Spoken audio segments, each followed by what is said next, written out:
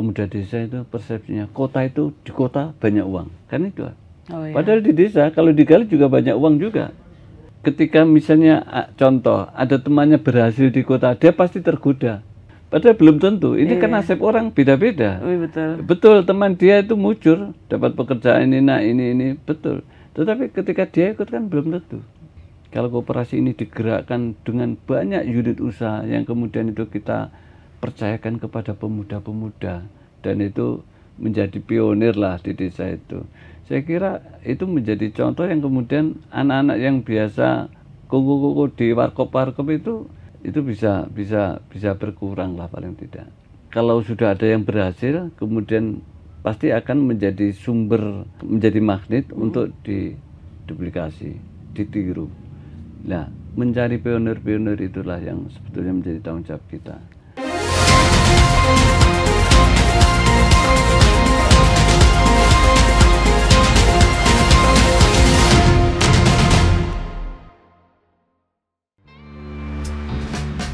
Dari bumi Kediri yang tenang, lahirlah seorang putra terbaik bangsa, M.H. Raufik, pada tanggal 16 September 1961.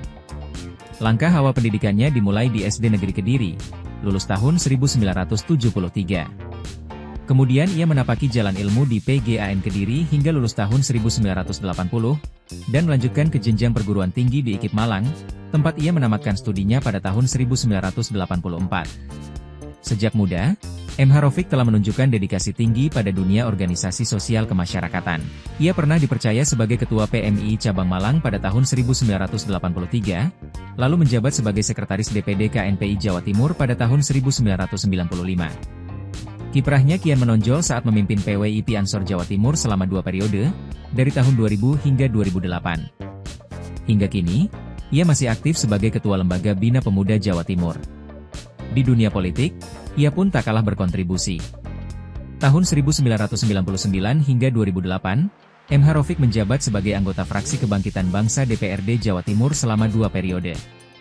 Pada tahun 2001, ia dipercaya sebagai Ketua Lembaga Pemenangan Pemilu DPW PKB Jatim. Perjalanan politiknya terus berlanjut, menjabat sebagai Wakil Ketua DPW PKNU Jawa Timur dari 2009 hingga 2013, lalu melangkah ke Partai Gerindra sebagai Wakil Ketua DPD Jatim sejak 2015 hingga kini. Sebagai legislator, ia kembali duduk di kursi DPRD Jawa Timur bersama fraksi Partai Gerindra untuk periode 2019-2024, dan kembali terpilih untuk periode 2024-2029. Dengan pengalaman panjang, dedikasi tinggi, dan semangat yang tak pernah padam, Raufik terus mengabdi untuk Jawa Timur dan Indonesia, demi masa depan yang lebih baik.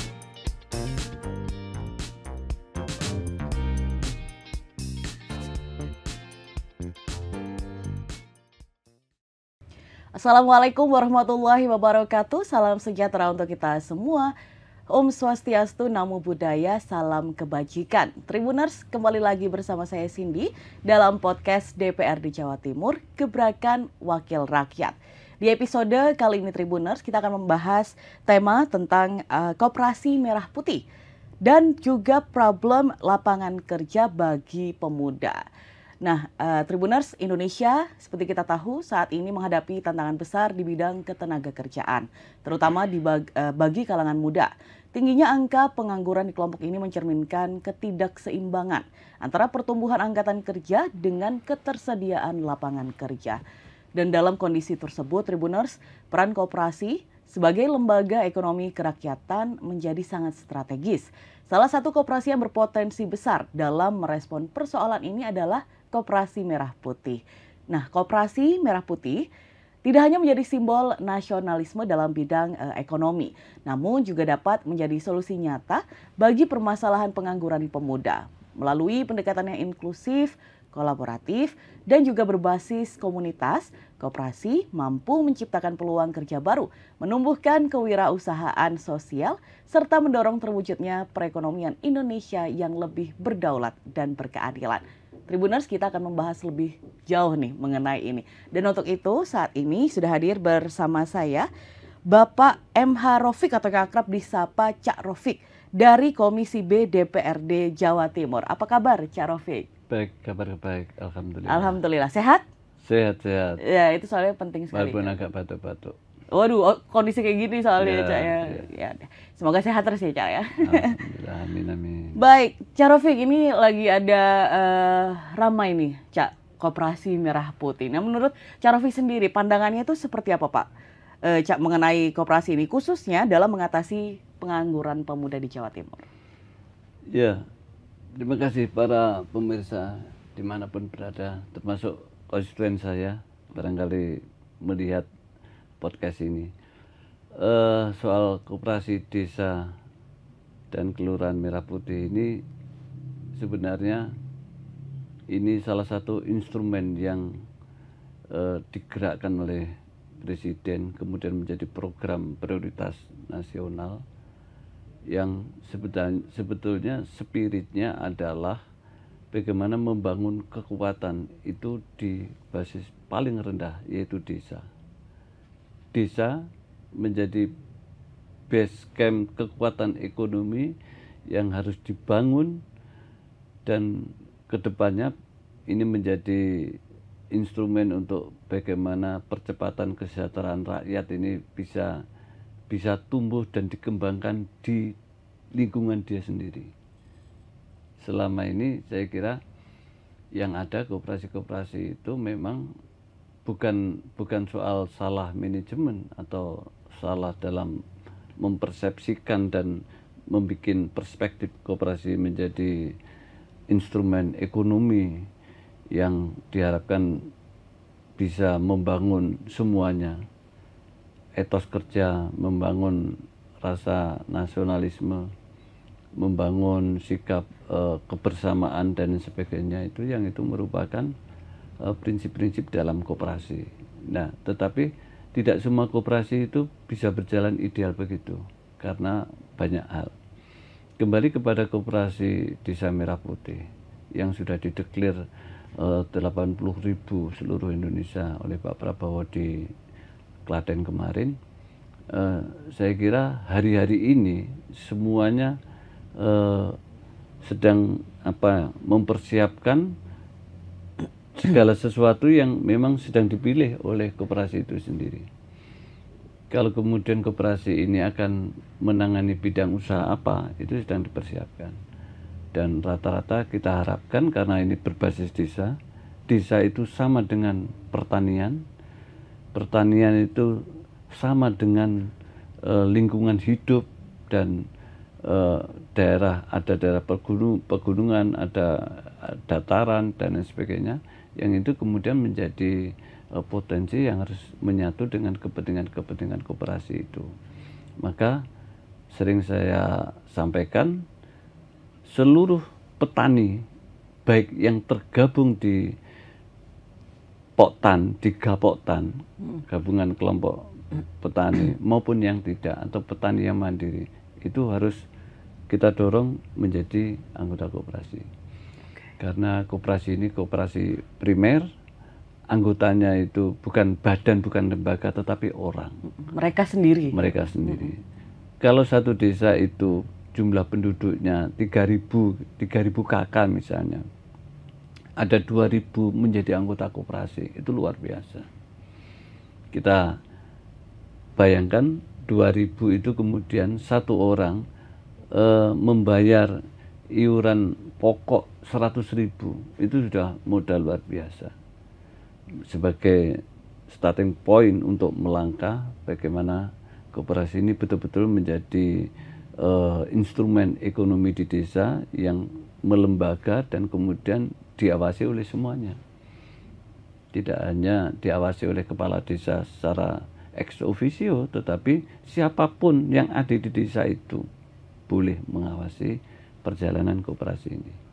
Jadi menurut saya, pandangan saya, koperasi ini sangat strategis, memiliki posisi strategis, tetapi tantangan, hambatan, dan peluangnya juga lebar. Ini ada imbang-imbang aja lah antara tantangan, peluang, hambatan, dan kemudian problematika yang mesti akan dihadapi. Oke, berkaitan dengan itu, Cak Rafiq, ini apakah DPRD Jatim itu perlu punya kebijakan atau program khusus untuk mendukung koperasi itu? secara apa namanya pelaksanaan pemerintahan dan apa secara formal ya, dan ini menjadi bagian dari salah satu fungsi anggota dewan, yaitu dewan legislasi. Kita punya apa namanya fungsi itu.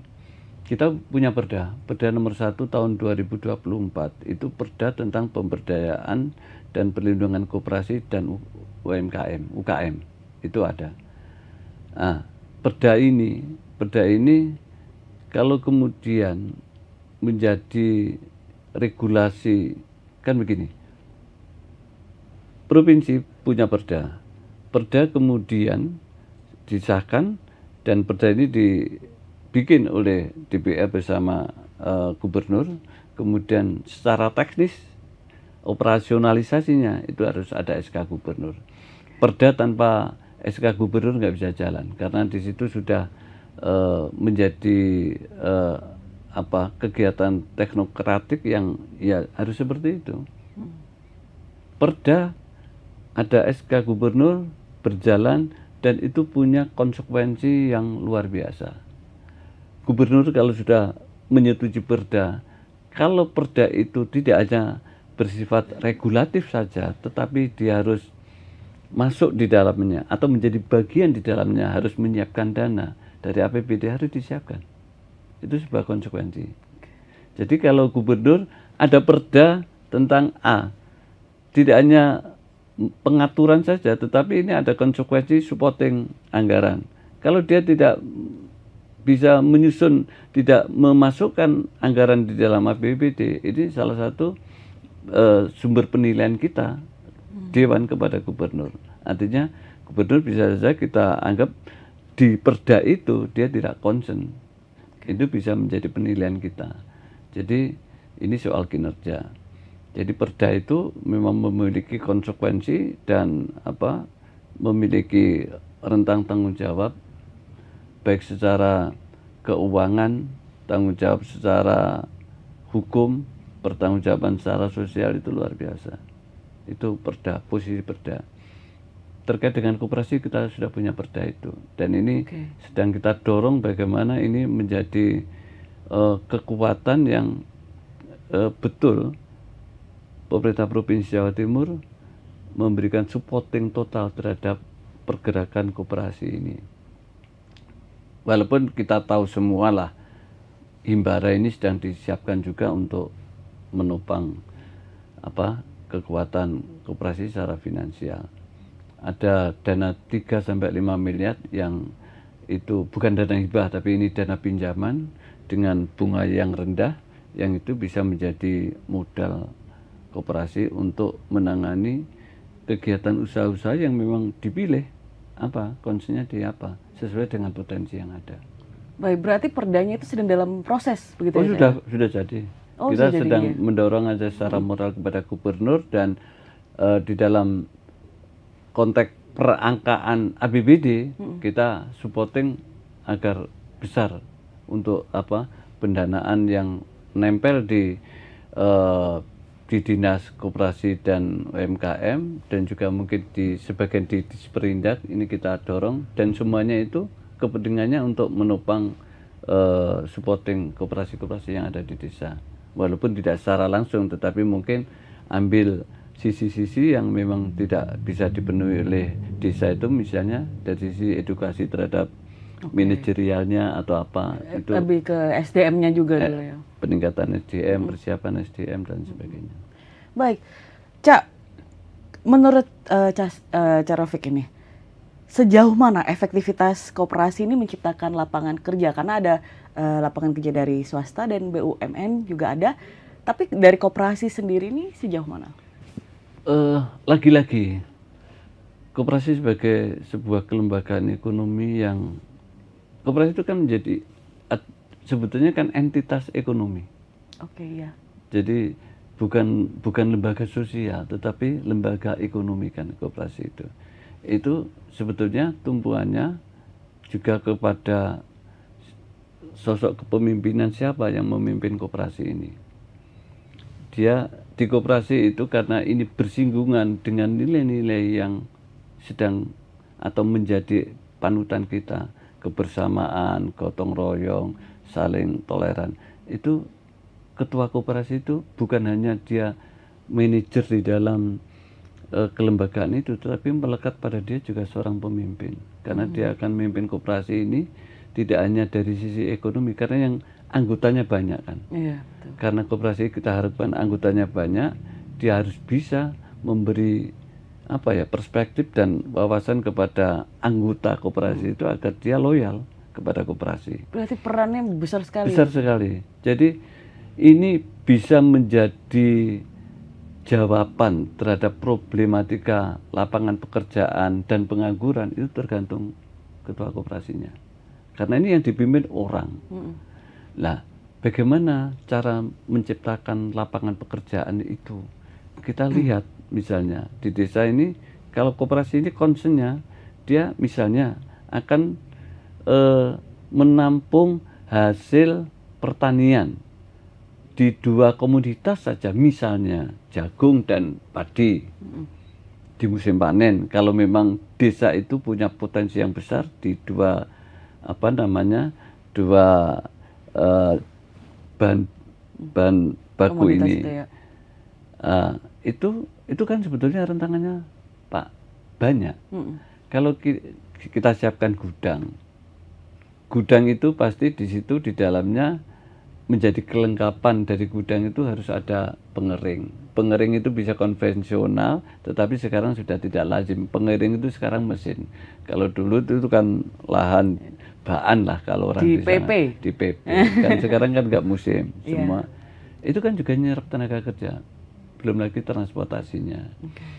Belum lagi di hulunya sana itu ada kombi yang memanen. Kemudian ini rentangannya. Jadi satu jenis usaha, katakanlah judulnya menampung hasil panen petani di desa itu, tapi rentangannya kan banyak. Ini serapan tenaga kerja semua kan. Ya, contoh misalnya itu. Kalau kemudian koperasi ini concern di soal jasa, misalnya jasa apa? Itu juga saya kira bisa menjadi sumber tenaga kerja yang bisa diikuti oleh teman-teman. Tapi lagi-lagi kuncinya adalah di leader koperasi itu. Jadi bagaimana orang desa itu di samping menjadi anggota koperasi, dia bekerja di koperasi. Paling tidak bekerja pada rentetan-rentetan yang jaringan dari koperasi itu. Nah, inilah tergantung dari ketua koperasinya, dan kalau kemudian dibantu secara teknik di dalam koperasi itu harus ada manajer sesuai dengan bidang yang yang akan dikerjakan. Saya kira itu bagus, peluangnya besar. Cuma lagi-lagi kita di samping leader di koperasi juga kemudian kita mengedukasi masyarakat. Kan begini, kalau kerja di kota, katakanlah dia itu sehari dapat 150.000 misalnya. Tetapi beban hidup dia di kota kan berat juga. Dia harus pindah dari rumah, harus kos macam-macam misalnya. Katakanlah kalau dia kerja di sektor informal bisa sama dengan UMR misalnya, tetapi kan dia punya beban-beban yang lain. Jadi beban tempat tinggal, beban makan dan sebagainya. Tetapi kalau dia hidup di desa dengan pendapatan yang sama, ini kan lebih bagus. Dan kalau orang desa itu punya pendapatan, itu kan pasti desa itu akan ramai. Putaran ekonominya juga akan jalan. Jadi jadinya tuh tidak hanya fokus ke kota gitu, tapi juga untuk membangun di desa itu sendiri ya, Cak ya? Itulah yang menjadi cita-cita Pak Prabowo. Pak Prabowo itu ingin desa itu menjadi kekuatan ekonomi yang kemudian bukan mengalahkan kota, tetapi paling tidak anak-anak muda desa itu tidak tergoda harus ke kota. Bekerja itu dimanapun, di tempatnya sendiri itu bisa. Nah, memang ini kita butuh butuh kekuatan yang memberikan dorongan kepada anak-anak desa, pemuda-pemuda desa usia kerja itu memang dibutuhkan. Dengan sentuhan apa? Itu peran kepala desa, peran tokoh-tokoh sangat penting juga agar bisa memberikan pandangan-pandangan kepada pemuda desa, dan kalau di situ ada pekerjaan yang cukup kalau dibanding dengan kota. Katakanlah kalau di desa itu punya pendapatan katakan 1 bulan 2 juta misalnya, tetapi beban dia kan ringan, beban hidup. Ya, menyesuaikan yang di sana ya. Ya, misalnya itu saya kira sudah luar biasa, cukup lah.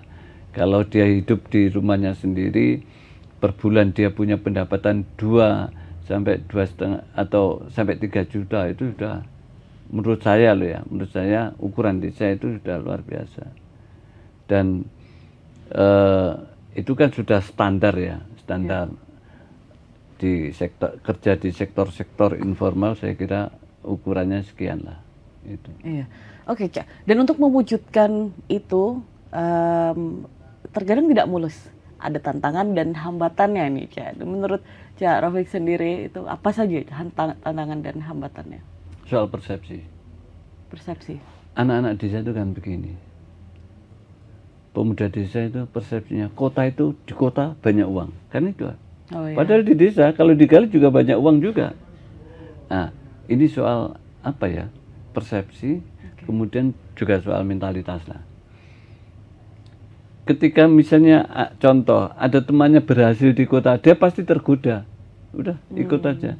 Padahal belum tentu. Ini kan nasib orang beda-beda. Betul. Betul, teman dia itu mujur, dapat pekerjaan ini betul. Tetapi ketika dia ikut kan belum tentu, karena nasib orang beda-beda dan semuanya butuh proses. Nah, persepsi inilah yang kemudian harus kita edukasi. Sebetulnya teman-teman itu walaupun hidupnya di desa bisa berkreasi dan itu bisa menjadi sumber pendapatan. Kalau kemudian ini didorong oleh kekuatan koperasi, apalagi koperasi ini betul bisa mengkonsolidir unit usahanya yang kemudian bisa direntangkan dan kemudian ditangkap oleh teman-teman pemuda yang sedang kita edukasi dan dia sudah matang, persepsinya benar, itu luar biasa. Itu salah satu yang saya kira Pak Prabowo arahnya ke sana. Jadi sudahlah, desa itu biar hebat, kekuatan ekonominya hebat, tidak perlu ke kota. Kerjakan sendiri apa saja di desa. Jadi memang fokus utamanya dengan adanya Koperasi Merah Putih ini untuk menggerakkan pemudanya ya, Cak ya? Salah satunya. Salah satunya. Ya, masyarakat desa secara keseluruhan ya. Tetapi kesiapan kerja, tenaga kerja yang produktif itu kan pemuda. Oh ya, betul. Pemuda itu kuat segala-galanya. Jadi fisiknya kuat. Cuma memang sekarang sedang mengalami masa yang ya ini mudah-mudahan tidak kemudian tidak menjadi penyakit ya. Jadi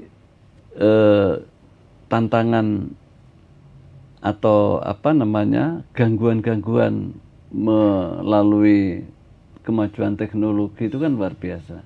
Dan ini kalau kemudian merasuki anak-anak muda kita yang kemudian itu melemahkan segala-galanya, melemahkan semangat, kemudian apalagi kalau anak teman-teman pemuda sudah terjangkit judol dan lain sebagainya kan sudah berat. Betul. Nah, makanya concern kita juga akan memberi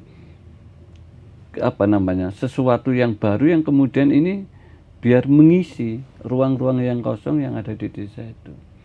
Kalau koperasi ini digerakkan dengan banyak unit usaha yang kemudian itu kita percayakan kepada pemuda-pemuda dan itu menjadi pionir lah di desa itu. Saya kira itu menjadi contoh yang kemudian anak-anak yang biasa koko-koko di warkop-warkop itu sudah itu bisa berkurang lah paling tidak. Karena ini problematikanya kan saling terkait. Dia pengangguran, nggak punya pekerjaan tetap, kemudian ya ke warkop modal kopi saja bisa seharian di situ karena ada wifi-nya, kemudian bisa apa namanya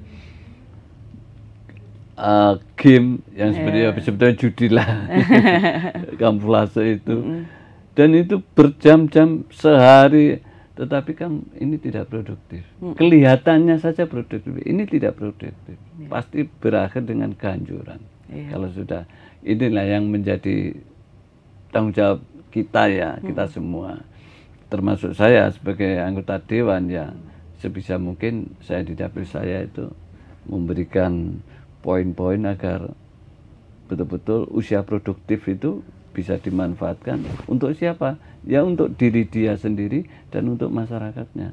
Kalau dia pemuda desa yang betah di desa dan dia bisa kita edukasi dengan baik, saya kira bagus.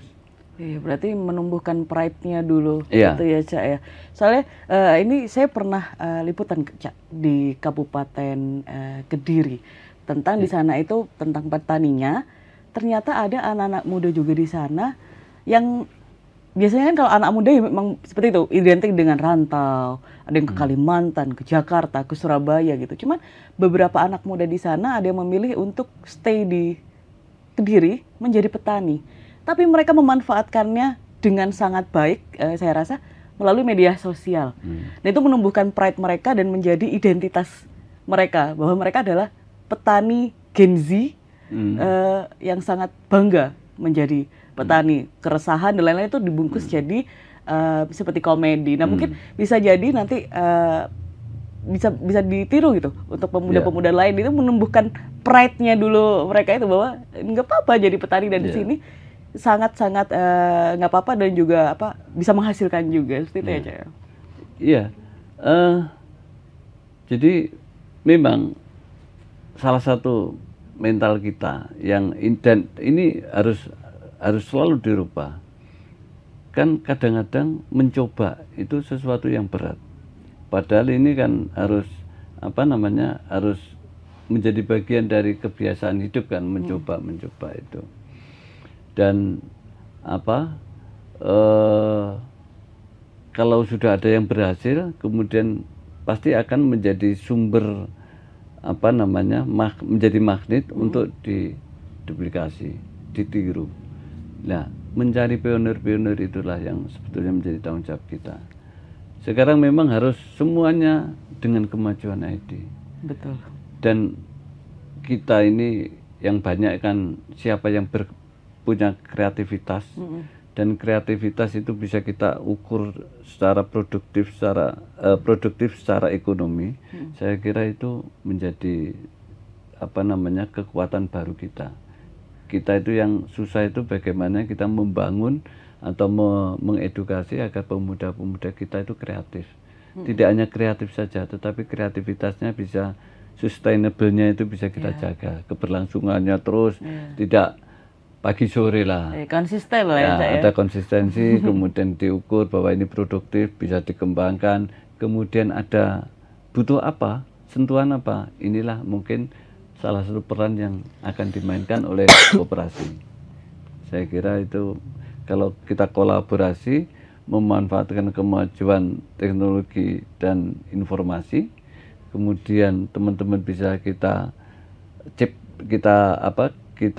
standarisasi lah, kita bikin lah bagaimana anak-anak ini mentalitasnya, perspektifnya, kemudian pandangan hidupnya, dan disiplin memanfaatkan waktu untuk produktivitas. Saya kira itu bisa. Saya yakin bisa itu. Yakin bisa ya. Apakah Cak Rafiq juga yakin bahwa koperasi ini bisa bersaing dengan startup misalkan? Tergantung. Oke. Tergantung.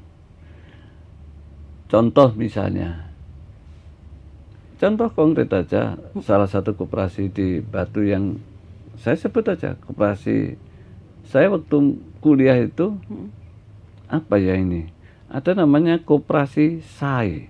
SAE itu bahasa Jawanya bagus, apik, SAE. SAE, Ternyata itu kepanjangan dari Sinau Andandani Ekonomi. Itu saya waktu itu zaman awal-awal kuliah, saya juga akhirnya tertarik, datang kemudian tanya-tanya di koperasi itu. Dulu masih kecil. sekitar tahun 80 itu koperasi itu masih kecil, tapi sekarang kan luar biasa. Itu dari kecil kemudian menjadi besar dan kemudian bisa bermitra dengan industri.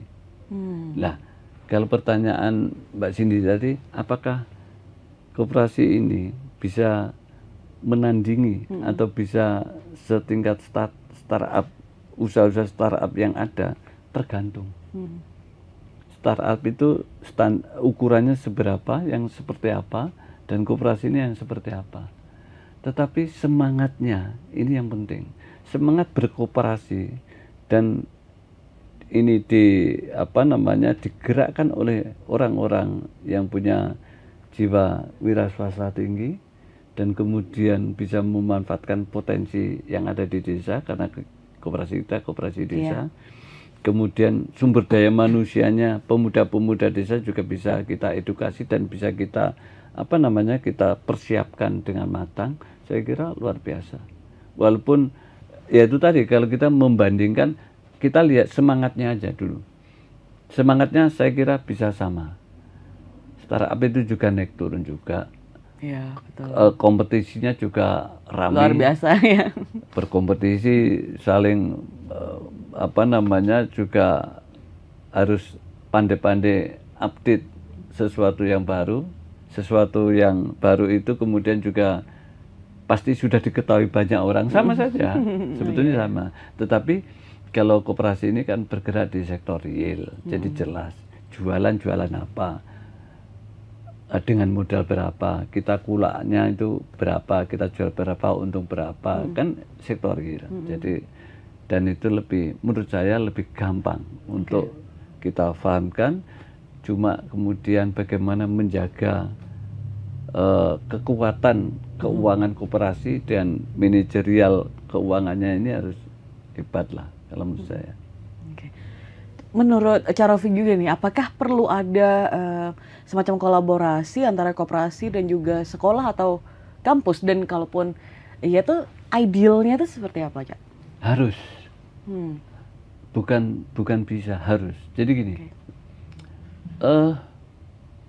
ada pandangan begini, desa itu kalau kemudian kita datangkan orang-orang kampus dan dia bisa membawa diri di situ, itu cepat. Jadi gini, saya kemarin juga begitu mendorong untuk desa wisata. Salah satu yang saya salah satu dokter ya di kampus di lokal situ, kemudian saya ikutkan di situ. Ternyata dia bisa bisa memberikan perspektif dengan bahasa teman-teman ya. Walaupun dia dokter juga harus menyesuaikan karena ini berbasis desa. Itu bisa. Dan itu menjadi sumber inspirasi baru bagi teman-teman dan paling tidak ada perubahan semangat yang meningkat di pandangan tentang wisata, tentang desa, kemudian tentang kemajuan-kemajuan yang bisa kita mulai dari yang kecil. Itu kemudian mereka reasoningnya itu bisa, cara berpikirnya bisa kita tata. Oleh teman saya melibatkan dokter ini, kemudian membaur, itu bisa. Itu yang penting, bagaimana membangun persepsi, merapikan cara berpikir, ini yang penting untuk melangkah sesuatu yang baru misalnya, itu penting. Karena baik, berarti dari yang tadi juga Cak Rafiq sempat sebut bahwa memang yang betul-betul harus disiapkan dulu itu adalah dari orang-orangnya dulu ya Cak ya, seperti apa mindsetnya, seperti apa pandangannya nih bahwa hidup di desa sangat bisa sekali bahkan untuk semakin berkembang lagi, dan itu tidak hanya menjadi benefit buat diri sendiri tapi juga desanya jadi orang banyak ikut dapat benefit juga ya Cak. Itu yang saya ingin begini, dan ini saya kira secara filosofis yang menjadi menjadi renungan dan menjadi kemudian diwujudkan menjadi sebuah gerakan. Saya kira Pak Prabowo itu kan kalau ada sesuatu potensi tetapi ini tidak bisa digerakkan atau tidak ada yang menggerakkan atau belum disentuh oleh siapapun. Ini kan sebetulnya potensi. Iya. Potensi itu kan potensi ini kan barang statis. Kan butuh orang yang menggerakkan. Alam itu potensi, tapi kalau tidak digerakkan oleh orang, tidak digarap oleh orang, tidak ditangani oleh orang, kan menjadi alam liar. Padahal itu potensi. Sama, ekonomi di desa itu potensi. Semiskin-miskinnya desa itu tetap punya potensi. Cuma kita tinggal memilih, kalau desa spesifikasinya seperti ini, maka apa yang harus kita kerjakan. Kan begitu. Pasti, karena desa itu punya lahan. Di desa itu pasti ada petani, pasti ada kebun, itu pasti. Desa loh ya. Desa kecil pun pasti ada itu. Nah, bagi desa-desa yang mungkin desa kecil yang potensinya terbatas, ya kita sesuaikan. Jadi kalau potensi terbatas, tidak bisa karena tidak ada alamnya, tidak cukup alamnya, kemudian apa yang diambil? Bisa jasa, kan begitu. Opsi-opsi yang akan ditangani oleh petani kan banyak, bisa jasa, bisa perdagangan, kan begitu. Jadi harus fleksibel ya. Ya, jadi itu yang paling penting, bagaimana memotret desa itu menjadi sebuah potensi, yang dari potensi itu kemudian diambil oleh koperasi menjadi sebuah gerakan ekonomi. Unit usahanya berbasis itu. Kalau desa itu nggak punya potensi apa-apa, ciptakan aja semuanya menjadi pedagang, menjadi pengrajin, kan bisa. Iya, betul. Nggak usah jauh-jauh. Kalau kemudian di situ ada potensi peternakan, ternak apa? Bebek misalnya, itik atau apa, kan bisa digerakkan juga menjadi sumber. Dan hari-hari ini karena ada makan bergizi gratis, ini menjadi potensi yang luar biasa, mulai telur, daging ayam, sayur, dan ini nanti menjadi bagian juga dari garapan koperasi. Bagaimana dia bersinergi dan berkolaborasi dengan dapur-dapur BGN ini, karena ini tiap hari dia katakanlah kalau di desa itu ada siswa 700 saja. Desa itu kan bisa kemudian kita bisa menggambarkan kalau menu waktu itu butuh telur kan sudah 700 butir. Misalnya seperti itu, gampang ngitungnya. Itu kalau sampai ribuan kan bisa menjadi potensi. Dan koperasi itu harus menangkap ini peluang usaha ini. Dapur ini memang tidak pure bisnis, ini program. Tetapi di situ ada yang bisa digerakkan menjadi kekuatan ekonomi. Karena semuanya ada di desa. Sayur ada di desa, padi ada di desa, berasnya di desa, kan begitu. Dan tenaga kerja melimpah. Jadi dapur MBG ini, dapur BGN ini, saya kira cocok kalau kemudian ini harus sinergi dan satu lane dengan koperasi Desa Merah Putih. Ini penting. Baik, ini pertanyaan terakhir, Cak Raufik.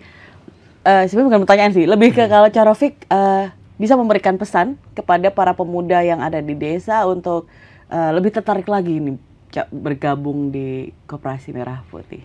Monggo. Ya, teman-teman pemuda desa yang saya pesan secara moral saja, dan saya juga di samping pesan kepada teman-teman pemuda desa juga pesan kepada diri saya sendiri.